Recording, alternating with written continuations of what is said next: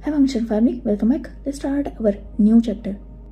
Wing और वांगजी दोनों में एक हेल्दी कन्वर्सेशन हुई थी जिससे वो दोनों और भी एक दूसरे से कनेक्ट कर पाए थे.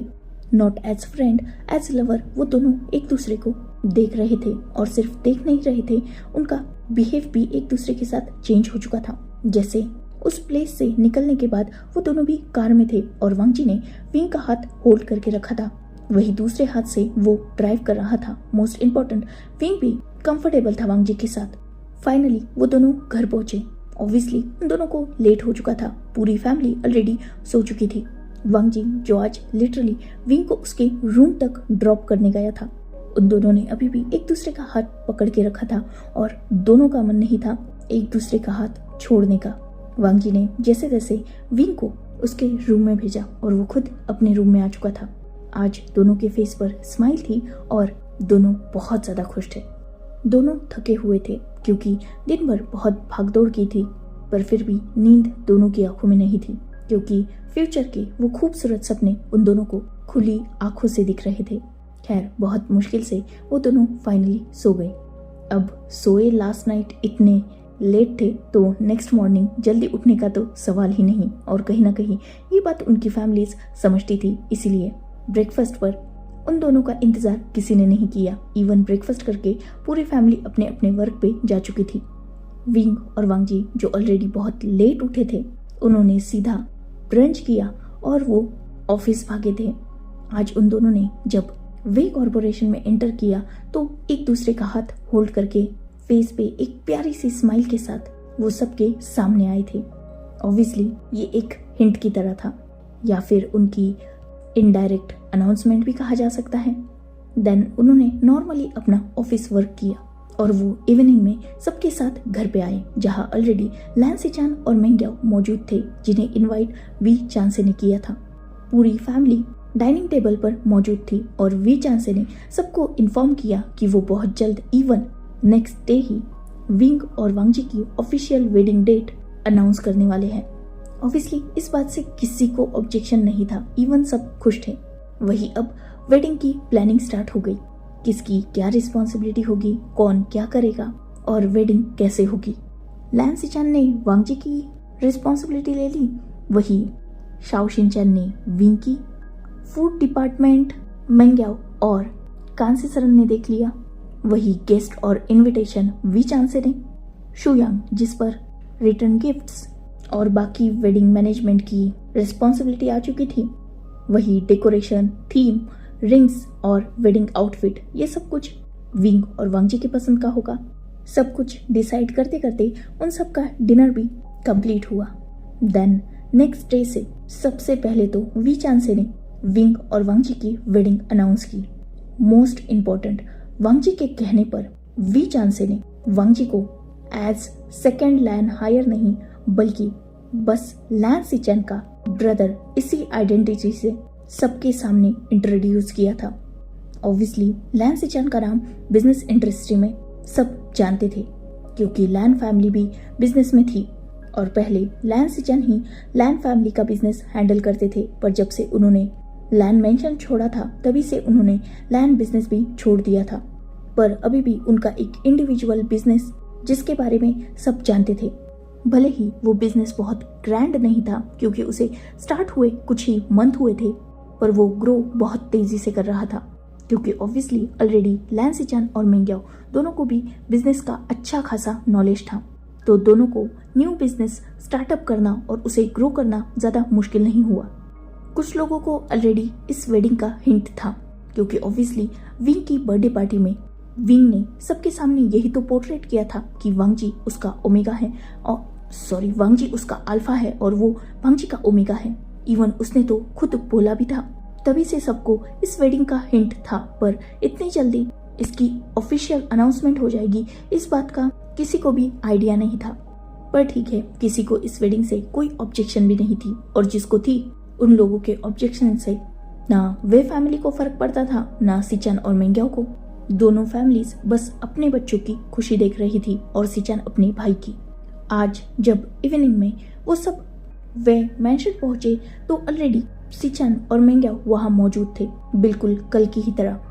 सिचान और मेंग्याओ को लगा कि वेडिंग रिलेटेड कोई बात करने के लिए वी चांसे ने उन्हें आज भी इनवाइट किया है, पर सब जब फ्रेश होकर लिविंग हॉल में बैठे हुए थे तब वहां 2 अनएक्सपेक्टेड गेस्ट ने एंटर किया, जिसके बारे में already we Changze, Cangse Sanren, शुयांग और शाओ शिनचैन जानते थे।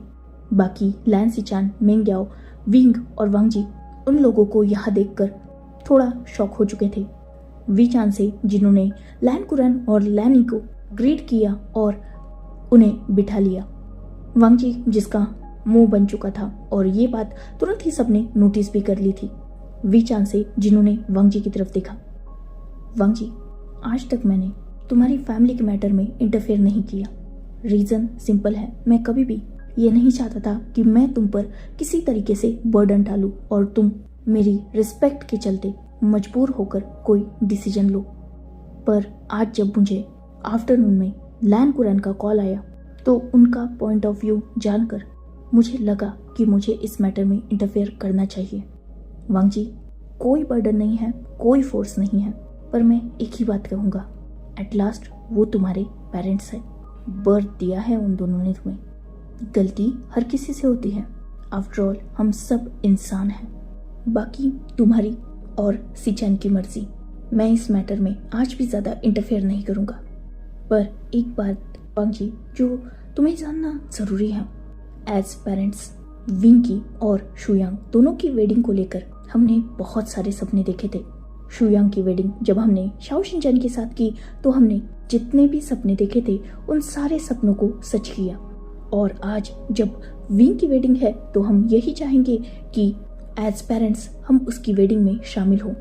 वो मोमेंट सिर्फ वेडिंग कपल के लिए ही इम्पोर्टेंट नहीं होता, पूरी फैमिली के लिए वो किसी सेलिब्रेशन की तरह होता है।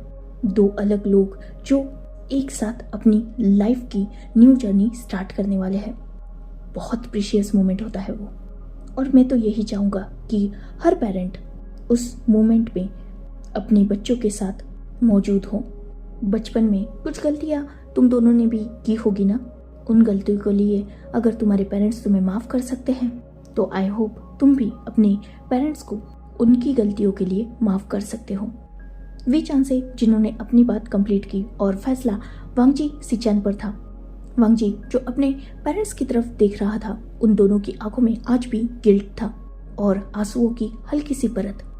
कुरैन, जिन्होंने वांगजी की तरफ देखते हुए बिल्कुल सॉफ्टली बोला, वांगजी, लैन हुई को हमने अब्रॉड भेज दिया है, अब वो कभी भी हमारी लाइफ में इंटरफेयर नहीं करेगी। इवन मैंने अडॉप्शन प्रोसीजर भी कैंसिल कर दिया है, अब वो हमारी अडॉप्टेड डॉटर भी नहीं होगी।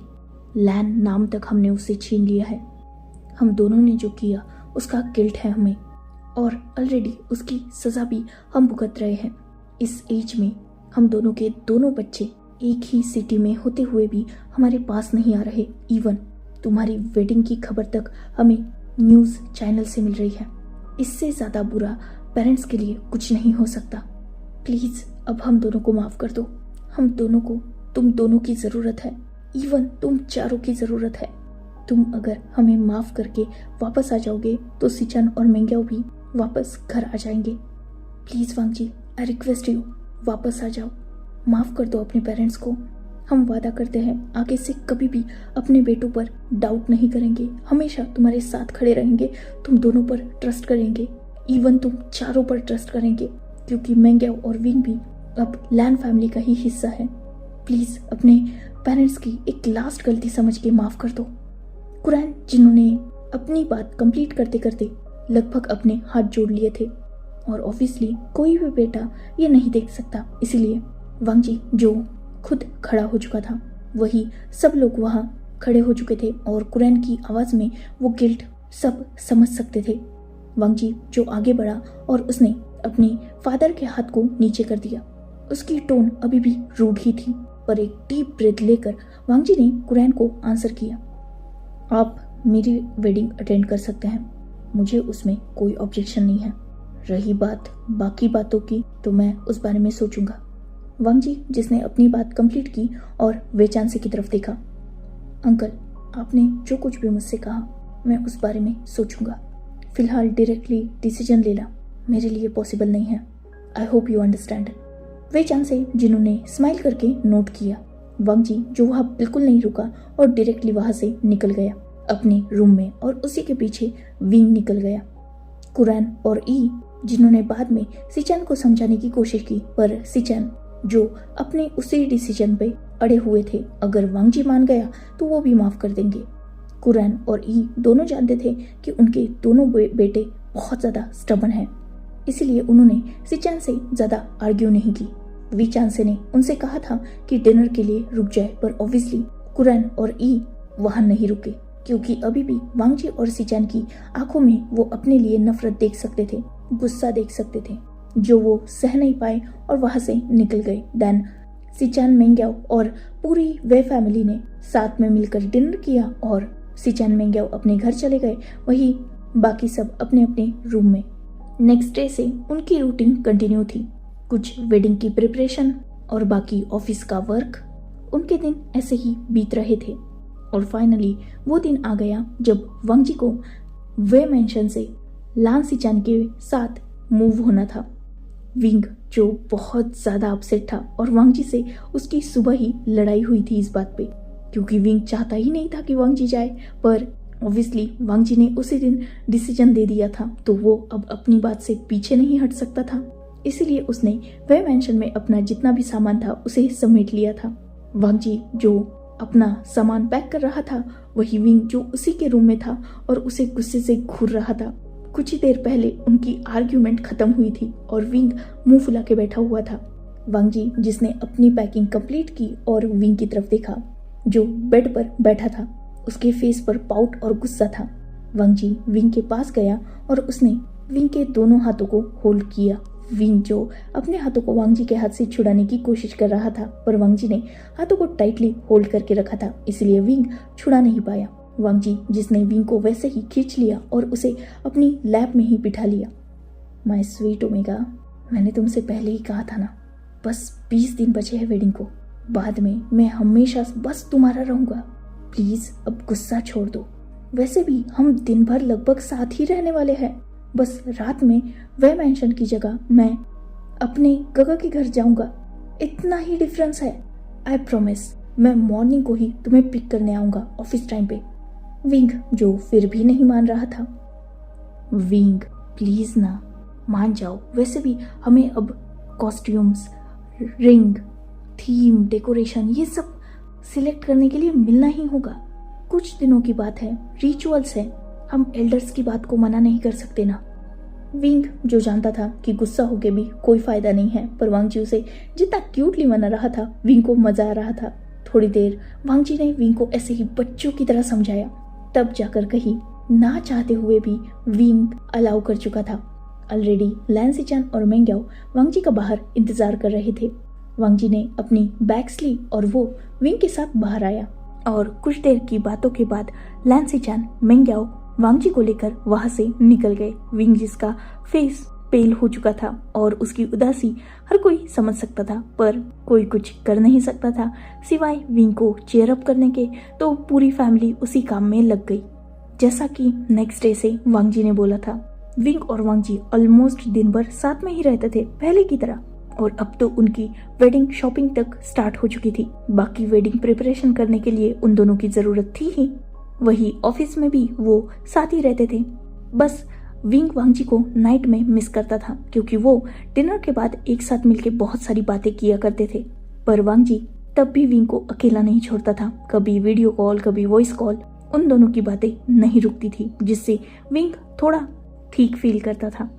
और अगर कभी वो बातें नहीं कर पाए तो नेक्स्ट डे वांग जी को पे करना पड़ता था विंग को कोई गिफ्ट देकर, या फिर उसे बाहर ले जाना, छोटी सी डेट, ऐसी छोटी छोटी चीजों से वांग जी हमेशा विंग को खुश रखने की कोशिश किया करता था। ऐसे ही उनका वक्त बीत रहा था और अब वेडिंग को लगभग सिर्फ 10 दिन बचे थे। आज Wing, Wangji, Lan Xichen, Meng Yao, Wei Changze, Cangse Sanren, Xue Yang, Xiao Xingchen सब इनविटेशन कार्ड लेके लैन मेंशन गए थे लैनी और लैन कुरैन को इनवाइट करने। लैन कुरैन और लैनी सबको लैन मेंशन में देख के बहुत ज्यादा खुश हो चुके थे। उन्होंने सबको बहुत अच्छी तरीके से वेलकम किया। देन आज लैन मेंशन में ही सबका डिनर था। डिनर के बाद वो सब बैठे हुए थे। वांग जी जिसे अपने पेरेंट्स से बात करनी थी, इसीलिए आज वो सबको यहाँ लेके आया था। वांग जी जिसने फाइनली अपने पेरेंट्स को माफ करने का डिसीजन ले लिया था और इस बारे में उसने विंग से भी बात की थी और सिचन मेंग्याओ से भी, साथ ही वीचान से और कांसे सरन से भी। तो सभी इस डिसीजन से खुश थे। जैसे ही लैन कुरैन ने ये सुना कि उनके दोनों बेटों ने उन्हें माफ कर दिया है तो वो बहुत खुश हो गए और उन्होंने तुरंत वांग जी और सिचन से कहा कि अब अगर वांग जी और सिचन उन्हें पूरे दिल से माफ कर ही चुके हैं तो वेडिंग की सारी प्रिपरेशन लैन मेंशन से होगी। कुरैन कहीं ना कहीं ये बोलने में थोड़ा हेजिटेट कर रहे थे क्योंकि उन्हें डर था कि उनके बेटे मानेंगे या नहीं, खासकर वांग जी मानेगा या नहीं। पर वांग जी ने इस बात को अग्री कर दिया। इवन सिचन ने लैन कुरैन और लैनी को ये बताया कि वो नेक्स्ट डे ही लैन मेंशन में शिफ्ट होने वाले हैं। ये जानकर तो लैनी और लैन कुरैन की खुशी का कोई ठिकाना नहीं था, पर लैन वांग जी ने ये स्ट्रिक्टली कुरैन और ई को बोल दिया था कि उस लड़की का कोई भी स्टफ उसकी नजर में नहीं आना चाहिए और ना वो लड़की कभी फ्यूचर में वांग जी, विंग, सिचन और मेंग्याओ के नजर में आनी चाहिए।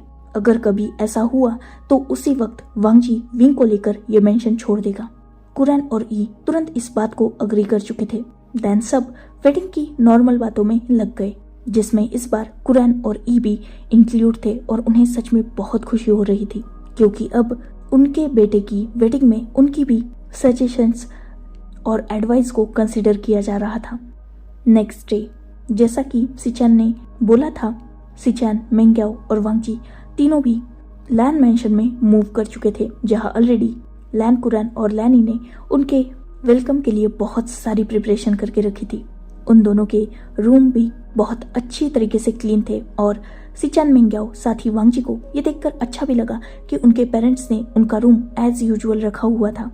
वही वांग जी जो उसी दिन इवनिंग को विंग को अपने घर बुला चुका था क्योंकि उसे अपना रूम डेकोर करना था दोनों के अकॉर्डिंग, क्योंकि ऑब्वियसली वेडिंग के बाद विंग भी इसी रूम में रहने वाला है वांग जी के साथ और वांग जी भी यहाँ बहुत सालों से नहीं आया, तो कुछ चेंजेस उन दोनों के अकॉर्डिंग बनते थे।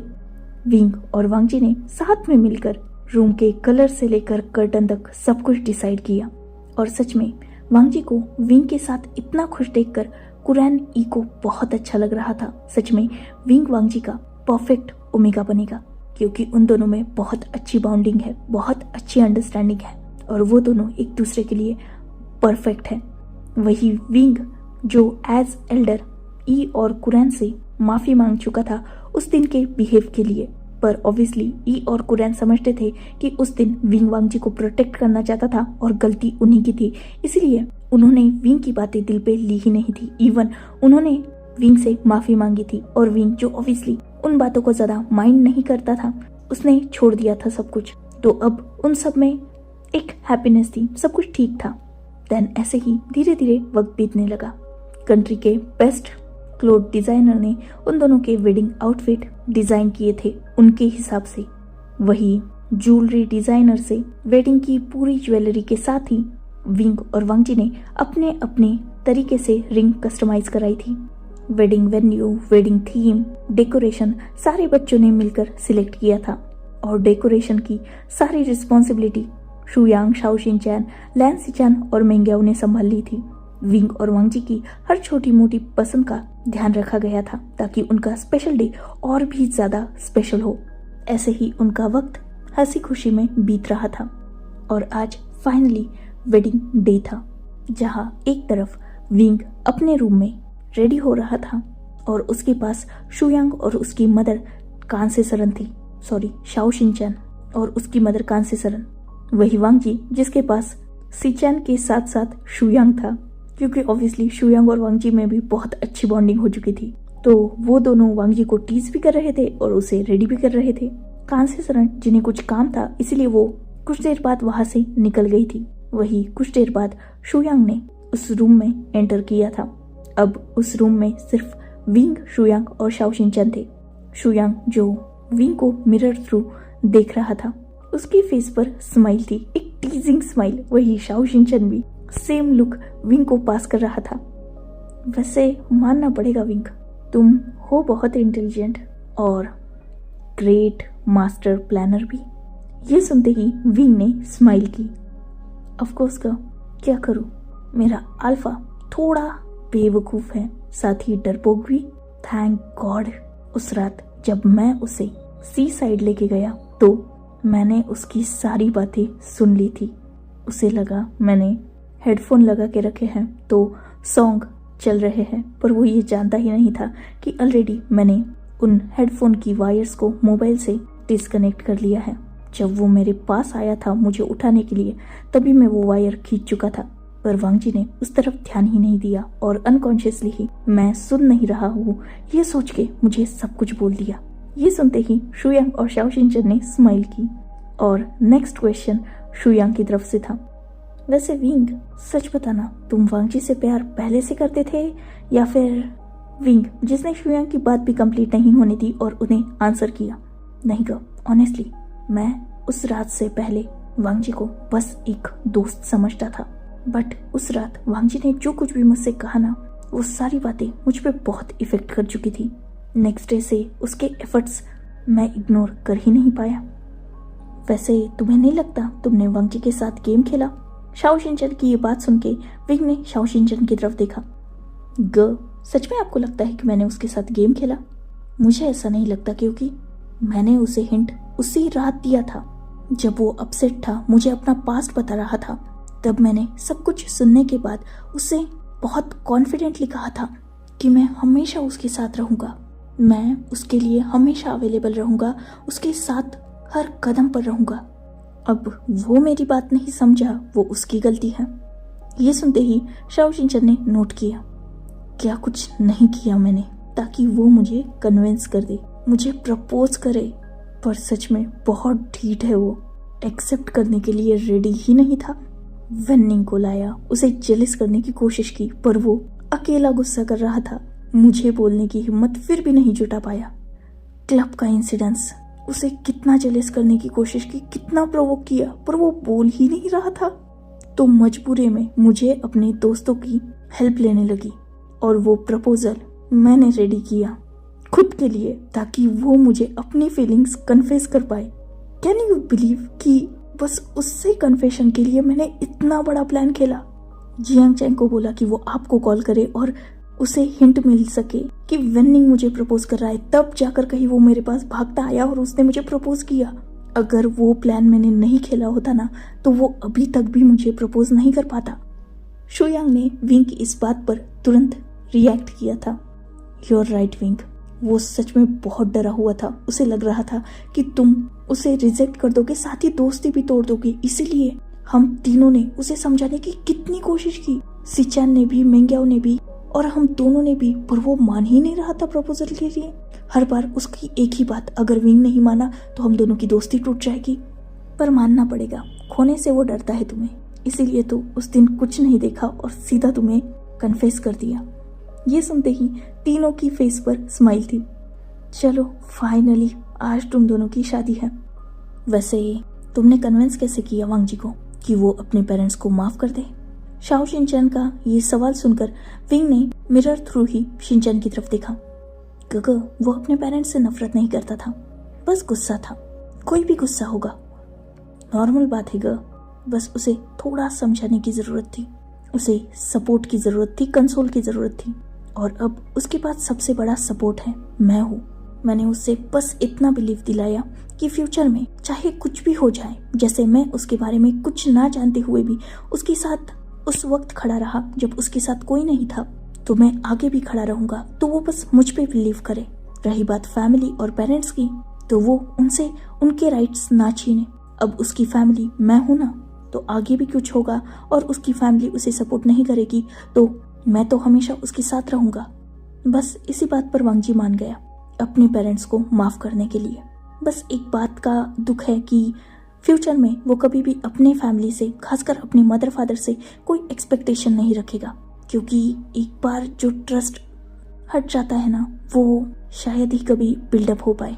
वांगजी मुझ पे, लैन सिचान पे और मेंग्याओ पे ट्रस्ट करता है, पर अपने पेरेंट्स पे वो शायद ही कभी ट्रस्ट कर पाए। खैर, मुझे उस बातों से कोई फर्क भी नहीं पड़ता, क्योंकि मैं वांगजी के साथ हमेशा रहूंगा। ये सुनकर शिनचैन और शुयांग ने नोट किया। उनकी ये बातें अभी चल ही रही थी, तभी डोर पर नॉक हुआ। जब शुयांग ने डोर ओपन किया तो सामने वे चांसे और कांसे सरन थे जो विंग को रिसीव करने आए थे।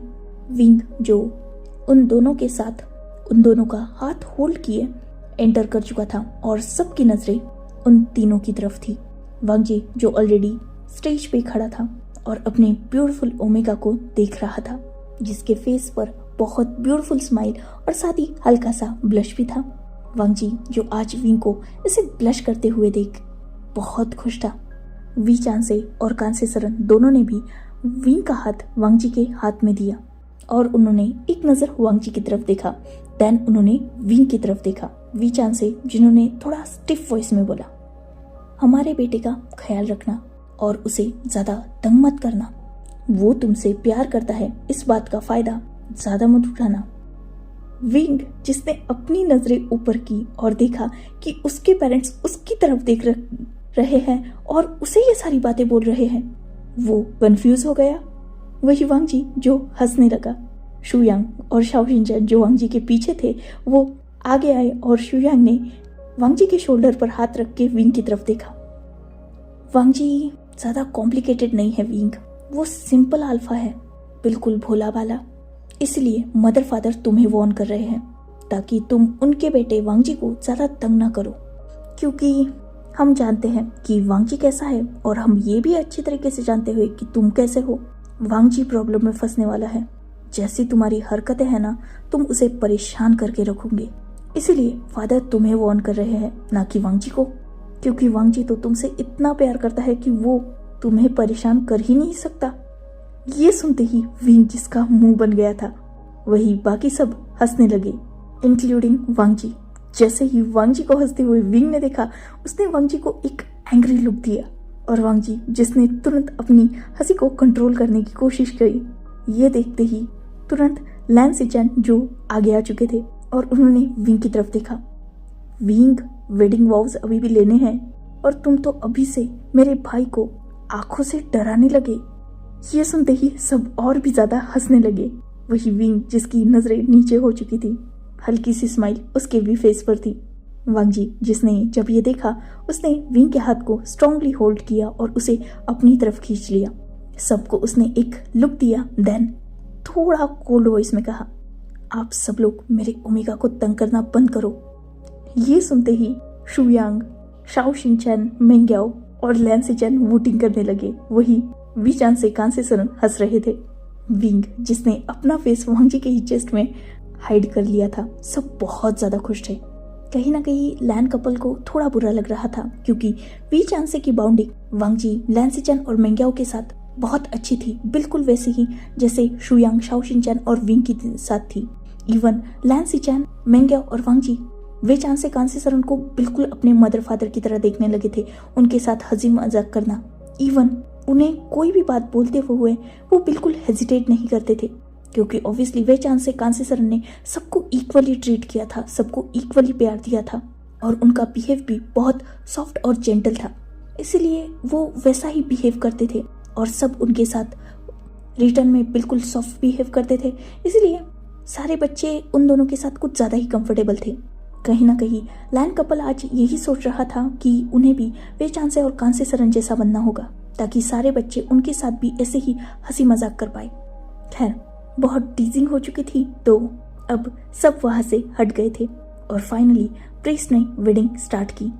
दोनों के हाथों में रेड थ्रेड बांधा गया, दोनों ने रिंग्स एक्सचेंज की एंड देन दोनों ने अर्थ और हेवन, अपने एंसेस्टर और अपने एल्डर्स को बो किया। देन उन्होंने एक दूसरे को बो किया और वांग जी को किसके साथ अब वेडिंग सील करने के लिए बोला गया। वांग जी जिसने जेंटली विंग को अपनी तरफ खींचा और पहले उसके फोरहेड पर एक सॉफ्ट किस किया, देन उसके लिप्स पर हल्का सा पैक किया। वांग जी जो विंग के ईयर के पास थोड़ा सा झुक चुका था, उसने विंग के ईयर में हल्के से विस्पर करते हुए कहा, वेडिंग नाइट पे मैं सिर्फ तुम्हारा हूँ, अपनी इस बात को भूले तो नहीं हो ना विंग तुम। विंग जिसका फेस पूरा रेड हो चुका था, उसने वांग जी को अपने आप से थोड़ा दूर पुश किया और उसके चेस्ट पर हल्के से हिट किया, पर अपनी नजरें उठाने की हिम्मत वो नहीं कर पाया था। खैर सब बहुत ज्यादा खुश थे। देन उन्होंने गिफ्ट सेरेमनी कंप्लीट की अपनी, and then wedding banquet. Wedding complete होने के बाद सारे गेस्ट धीरे धीरे वहां से निकल रहे थे और अब वहां सिर्फ फैमिली बची हुई थी। देन थोड़े कुछ जो रिचुअल्स वेडिंग के बचे हुए थे वो उन सब ने मिलकर कंप्लीट कराए विंग और वांग जी से, जैसे वाइन सेरेमनी और बाकी सारी चीजें। देन फाइनली वो इमोशनल मोमेंट आया जब विंग अपनी फैमिली को छोड़ के अपनी न्यू जर्नी को स्टार्ट करने के लिए निकलने वाला था। वी चांसे और कांसी सरन की आंखों में आंसू थे और साथ ही शुयांग शाओ शिनचैन के भी। विंग ने सबको हक किया और Wei Changze, Cangse Sanren, Xue Yang Xiao Xingchen Wing को कार तक ड्रॉप करने आए। वी चांसे ने वांग जी का हाथ होल्ड किया और उसकी तरफ देखते हुए फुल बिलीफ से कहा, वांग जी, आई विल ट्रस्ट यू। मैं तुम पे बहुत यकीन करता हूँ, इसीलिए इस दुनिया में मुझे जो सबसे ज्यादा प्रीशियस था वो अब से तुम्हें दिया है। मैं जानता हूँ मुझे बोलने की जरूरत नहीं है क्योंकि तुम्हारी आंखों में मैंने विंग के लिए हमेशा से ही प्यार देखा है, पर फिर भी एज अ पेरेंट मुझे फिक्र है मेरे बेटे की, इसीलिए बोलूंगा। उसकी हरकतें मैं भी जानता हूँ, तुम भी जानते हो। थोड़ा नॉटी है, थोड़ा चाइल्डिश है, पर दिल का बहुत साफ है। बस उसका साथ कभी मत छोड़ना। थोड़ी बहुत लड़ाई हर रिश्ते में होती है और शायद वही लड़ाई रिश्तों को स्ट्रॉन्ग बना के रखती है, पर अगर उससे कुछ बड़ी गलती भी हो जाए ना तो उससे पहले बात करना। अगर फ्यूचर में कोई भी प्रॉब्लम होती है ना तो मेरे बेटे को ज्यादा हर्ट मत होने देना। वांग जी, जिसने नोट किया, वी चांसे ने वांग जी को स्ट्रांगली हक किया। देन वो विंग की तरफ गए और उन्होंने विंग के हेड को प्यार से रफल किया।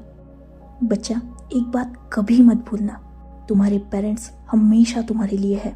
तुम्हारे दोनों गगो भी तुमसे बहुत प्यार करते हैं और वे मेंशन हमेशा तुम्हारे लिए ओपन रहेगा। अपनी न्यू लाइफ में खुश रहना और जैसे आज तक तुमने वांग जी के साथ फ्रेंडशिप का बॉन्ड हमेशा ऑनेस्टली निभाया है, वैसे ही एज ओमेगा हमेशा उसके साथ खड़े रहना।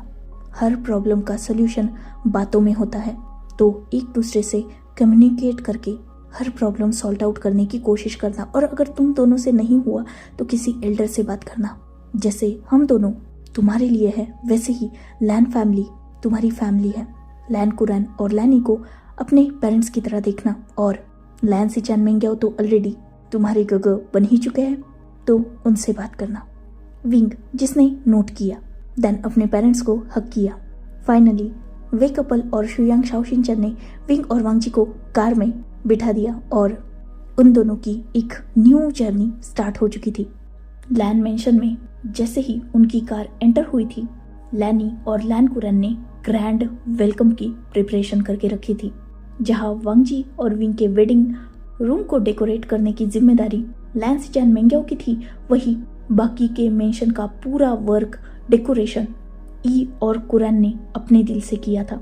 फाइनली उन दोनों ने लैन मेंशन में अपना पहला कदम रखा और रोज पेटल से उन दोनों का भी वेलकम हुआ। देन कुछ जो नॉर्मल रिचुअल्स बचे हुए थे वो उन दोनों ने साथ में कंप्लीट किए और अब वक्त था उन दोनों का वेडिंग चेंबर में जाने का। मेंग्याओ सिचैन जो वही मौजूद थे, उन्होंने वांग जी की तरफ देखा, खासकर मेंग्याओ ने, और थोड़ा टीज करते हुए कहा, वांग जी, विंग को देखकर लगता तो नहीं कि वो ज्यादा हैवी होगा।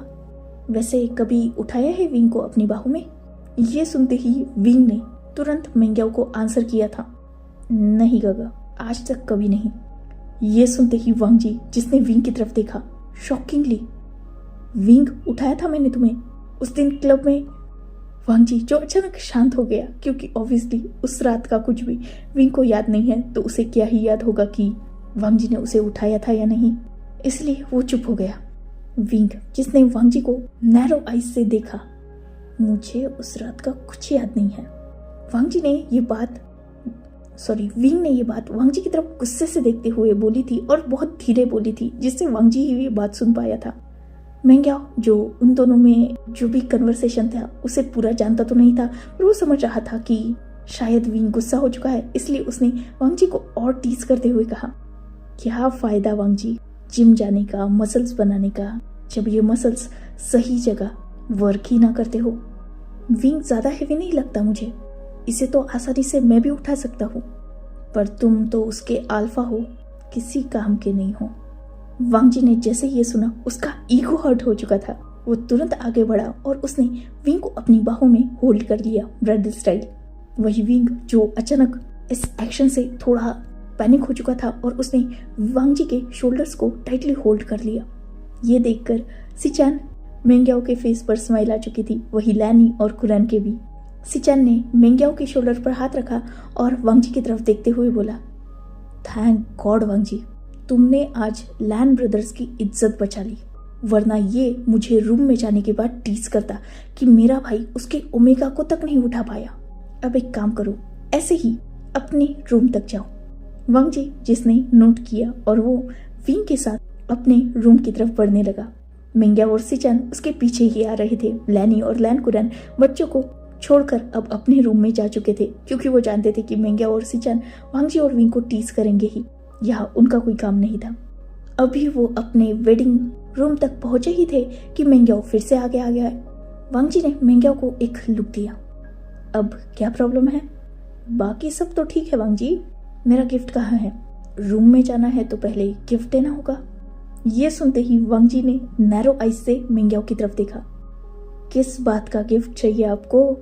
सिचान जो आगे आई, तुम्हारे वेडिंग नाइट की सारी प्रिपरेशन हम दोनों ने ही की है।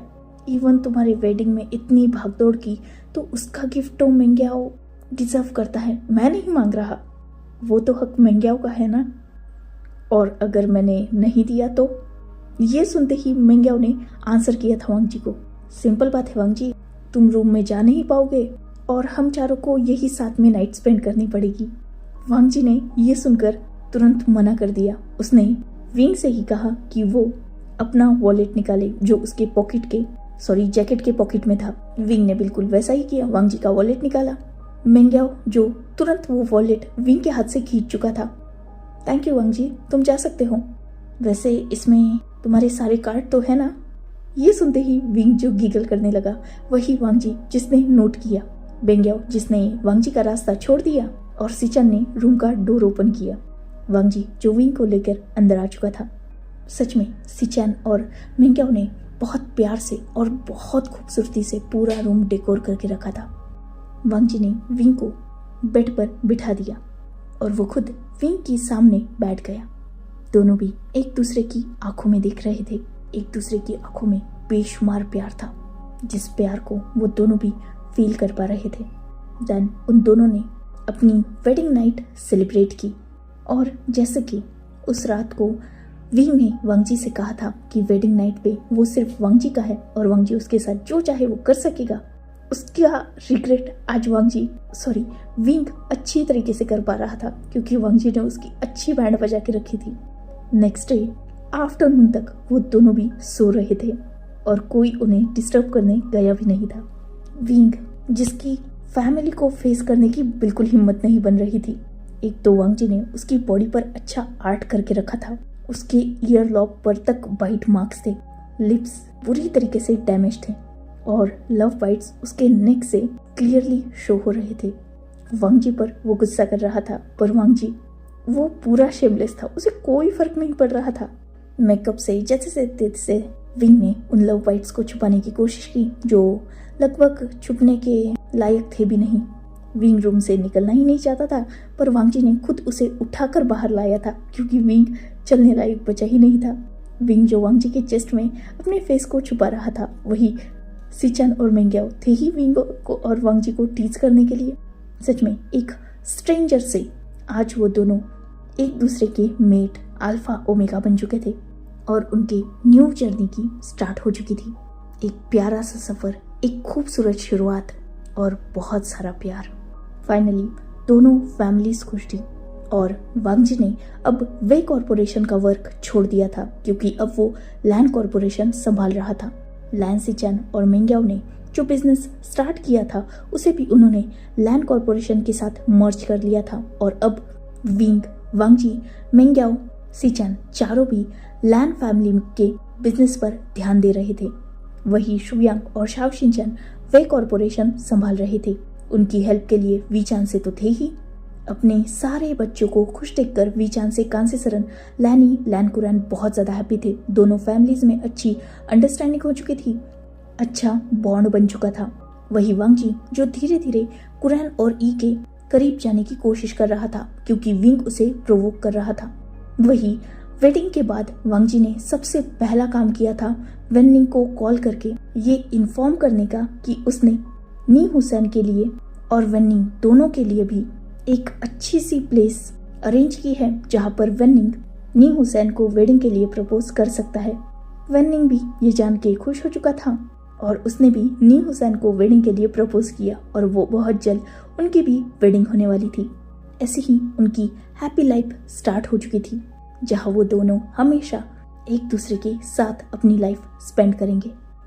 इन दोनों की वेडिंग नाइट हम टेलीग्राम पर देखेंगे और इसी हैप्पी एंडिंग के साथ ये फैन फिक्शन यही कंप्लीट होता है। प्लीज़ प्लीज़ प्लीज़ मुझे बताना कि आपको ये प्यारी सी स्टोरी कैसी लगी। पसंद आई होगी तो लाइक, शेयर, सब्सक्राइब और साथ ही वीडियो को हाइप कर देना। Goodbye, take care, enjoy your beautiful life.